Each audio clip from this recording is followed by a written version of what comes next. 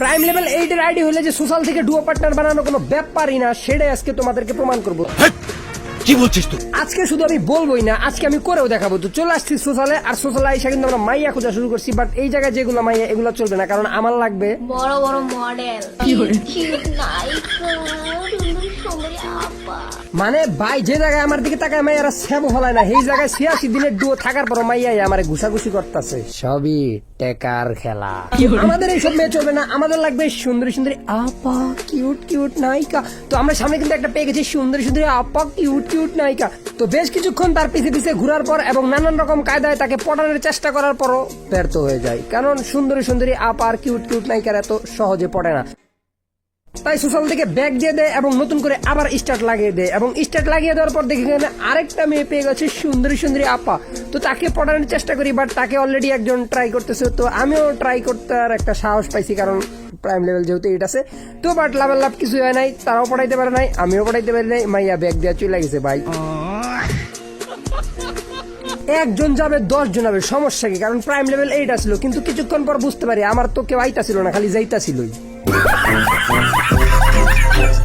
কবি বলেছেন এক মাইয়ার কাছে যদি পাত্তা না পাও, আরেক মাইয়ার কাছে যাও। এখন আবার তোমরা জিজ্ঞাসা করো না কবির নাম কি, কেননা নিজের নাম নিজে কেমনে বলি। তো বেশ কিছুক্ষণ পর দেখি এখানে একটা সুন্দরী সুন্দরী আপা ড্যান্স করতেছে। তো তার নামটা কি দেখি, কুইন আরোহী। তো ও ভাই ফ্রেন্ড রিকোয়েস্ট পাঠাই দিছে, উঠলাম। তো তাকে আমরা ডুও রিমোট প্রস্তাব করি, বাট সে এখানে রাজি হয় কি হয় না। কই কই এদিকে এলো কেন? এই হেই সুন্দরী সুন্দরী আপা, কিউট কিউট নায়িকা, এদিকে আসো। এই যে আপা, এদিকে আসো আসো আসো। এই নাও, I love you duo partner রিমোটটা গ্রহণ করো।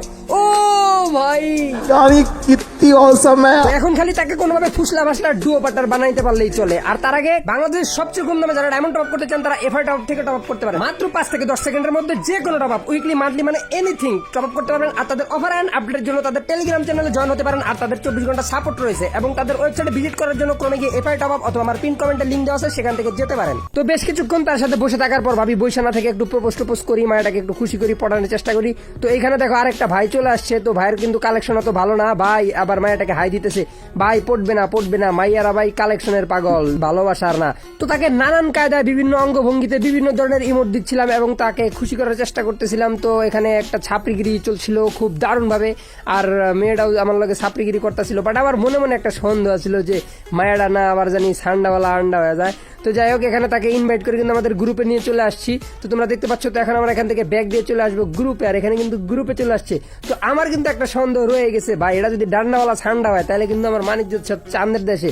তো এইখানে আবার কারে ডাকে ভাই, এবং আমি ওই গ্রুপ থেকে চলে আসি, কারণ ভাই I don't like any one loves English হয় নাই। তো যাই হোক, মায়াটা আমাকে ইনভাইট দেয়, আমি আবার মায়ের গ্রুপে চলে আসি এবং মায়াটা আমার ড্রেস চায়। তো তাকে আমি ড্রেসটা দিয়ে দেই, বাট আমি চাচ্ছিলাম তাকে ছেলেদের ড্রেস কেন, তাকে একটা পরীর মতো সুন্দর দেখে ড্রেস দিব। কিন্তু তার জন্য ড্রেস সিলেক্ট করতে করতে তিনি গ্রুপ থেকে চলে যায়। তো বেশ কিছুক্ষণ পর তাকে আমরা আবার ইনভাইট করি এবং সে আমাদের গ্রুপে আসে এবং এই ড্রেসটা তাকে দিয়ে দেয় এবং সে খুশি হয়ে যায়। তো এখন কিন্তু আমরা আবার আমাদের যে ড্রেসটা আছে সেটা পরে নিব, এবং এই জায়গায় কিন্তু তাকে একটা আমরা গ্রুপ ইমোট প্রপোজ করি এবং সে কিন্তু সেখানে রাজি হয়ে যায়। এবং দেখো আমরা দুজন কি সুন্দর ইমোট দিয়েছি ভাই, জ্বলে নাকি ভাই?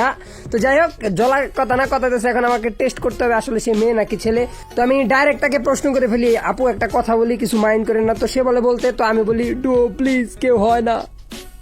এবং সে বলে বিকালে, বাট আমি বলি সত্যি হবেন তো? তারপর তাকে আমি ফুসলা ফাসলা বলি না প্লিজ এখনই হন। তো সে বলে আচ্ছা, এবং তাকে আমি আরেকটা জিনিস রিকোয়েস্ট করি, সেটা হচ্ছে প্লিজ আপনার কাছে আরেকটা রিকোয়েস্ট, সেটা হচ্ছে মাইকটা অন করেন। এবং সে বলে সে খাবার খাচ্ছে। তো তারপর সে যখন মাইক অন করে, তার কণ্ঠে হ্যালো শোনার খালি একটা কথাই মনে যাচ্ছিল ভাই, মানে কিস্তিতে টাকা তুলে হলেও একটা প্রাইম লেভেলের রাইডি কিনতে বোঝেন, এরকম সুন্দরী সুন্দরী মাই আর কিউট কিউট আপু পড়ানো যায়। এবং তাকে আমি জিজ্ঞাসা করি, আপু আপনার নাম কি? আমার নাম আরোহী। তাহলে তো মানে আপনি সত্যি নেই। হ্যাঁ যাই হোক, ভালো আছেন আপনি? হ্যাঁ, আলহামদুলিল্লাহ। তুমি? আমি আলহামদুলিল্লাহ ভালো আছি, কিন্তু কষ্ট একটা ডুও পার্টনার নাই। প্লিজ আপনি আমার ডুয়ন। হ্যাঁ হবো, বললাম তো বিকালে। না এত কথা বুঝি না এখন, প্লিজ আমি আপনার রিকোয়েস্ট পাঠাই যাচ্ছি তাড়াতাড়ি।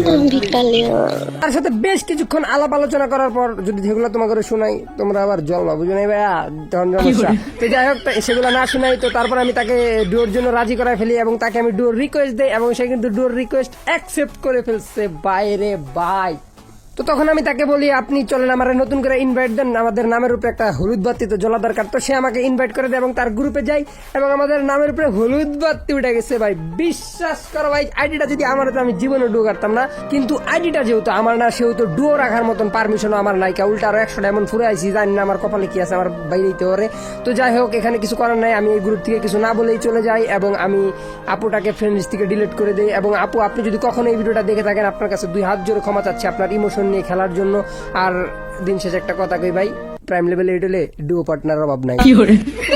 আর এই ভিডিওটা যারা দেখো না, এই ভিডিওতে ক্লিক করো। তো দেখা হচ্ছে এই ভিডিওতে।